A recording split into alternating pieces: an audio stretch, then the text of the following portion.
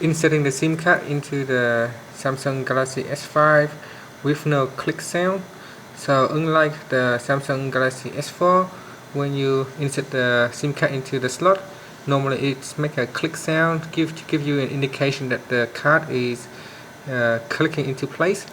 With this one here, when you push it in, it doesn't make any click sound, it just goes in like that, and that's pretty much it.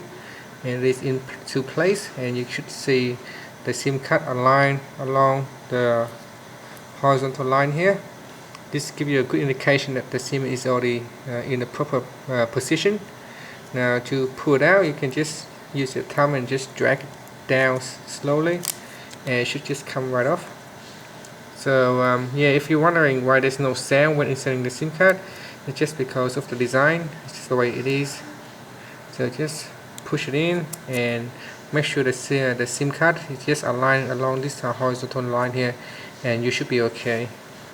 So once you've done that, just put in the battery back in and close the cover, and you should be safe to go. Thanks for watching this video. Please subscribe to my channel for more video tutorials.